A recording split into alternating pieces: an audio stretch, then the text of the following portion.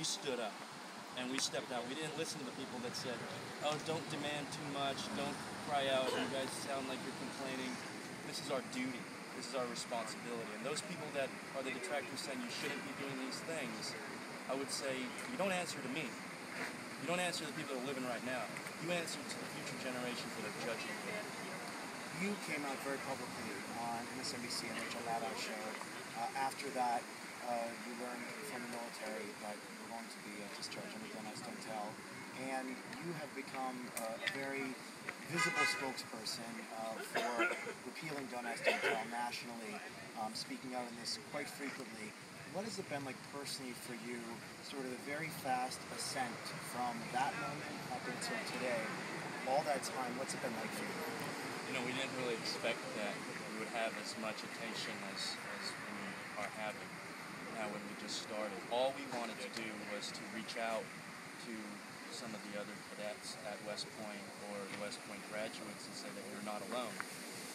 And to know that there are other people now that are not isolated, that don't have to feel like they're the only one, that don't have to live in shame, that makes it all worth it. It's not easy. It's not easy to have to go through all of this and go through a discharge proceeding for admitting the truth of who I am. And I've come out to my parents. My dad is a Southern Baptist minister. Both my parents immigrated from Korea, very conservative. They're from Orange County, California. And it's been a roller coaster. Just about 3 days ago, I talked to my dad, and he said, I've seen you on CNN, and I don't think he's at the point where he's listening to Troll Road yet, but you on soon, Anderson right? Cooper show, debating Elaine Donnelly. Right. Well, you handled yourself quite well. Well, thank you. But it's really something that we have to do. We have to continue putting out the message and speaking up, particularly for people that can't speak up for themselves. So while it's difficult to come out and to go through this, and a lot of people said it will take a lot of time for people to understand, certainly to accept you if they're anti-gay. The time is now. You have to come out now. Why would you wait a decade? Because it's just going to take that much more time then.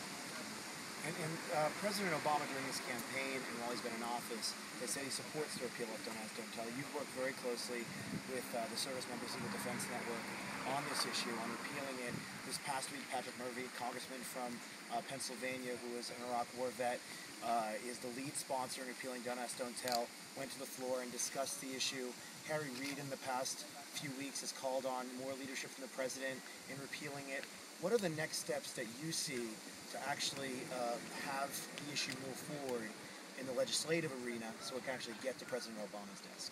Well, let me say before I say any of this, obviously me being in uniform right now, I want to make it very clear that I do not speak officially on behalf of military or government policy, but I want to speak to some of the military and American society's values, and I do think that I can speak to that when I say that to come out and to be against discriminatory policy like Don't Ask, Don't Tell is something I believe that's every congressman's responsibility.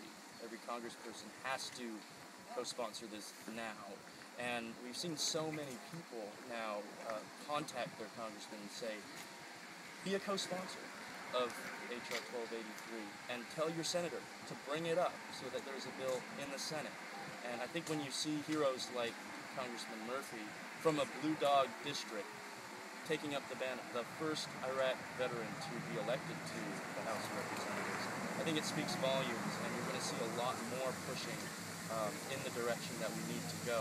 And if I can speak towards the American values and what we see is going to be America in the future, we need to fight for this, because of all the things that we can fight for, when we see discriminated people that have to lie in order to protect their country, I think that's the greatest injustice. So every congressperson is now, I would say, on notice. If you don't have what it takes to stand up and do the right thing right now, and you don't co-sponsor on that bill, then you are firing me, and you are forcing our soldiers, our service members, to lie.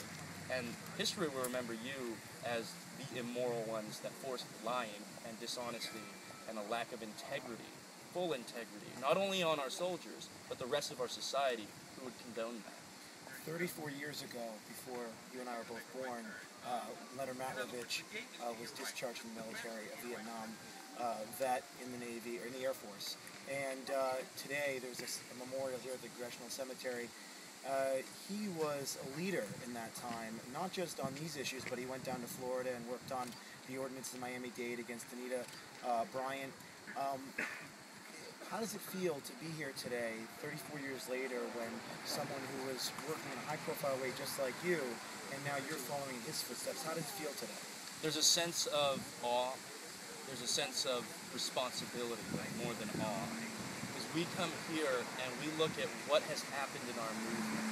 We didn't just pop out of nowhere and start doing this. We're at a cemetery where we honor those who have come before and have passed away, but we really acknowledge the birth of this movement here at this cemetery. And also we want to give it a rebirth today, because if Leonard was alive, he certainly would be fighting for all of the things that will make us fully equal. Not just repealing Don't Ask, Don't Tell, but he would be marching against Prop 8 in California and 1 in Maine, and against DOMA, and wanting to get the ENDA and hate crimes bills passed. He would be there because he understood from the very beginning, this is our shared humanity. And I'm just proud to be here right now to know that it was started by him.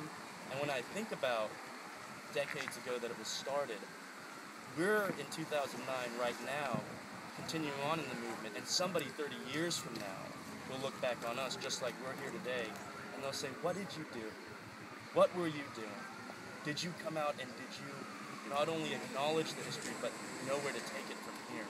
And we have to demand, we have to keep doing that, because that's what honors Leonard. Thank you. Lieutenant Dan Choi. I'm Corey Johnson with Toller.com.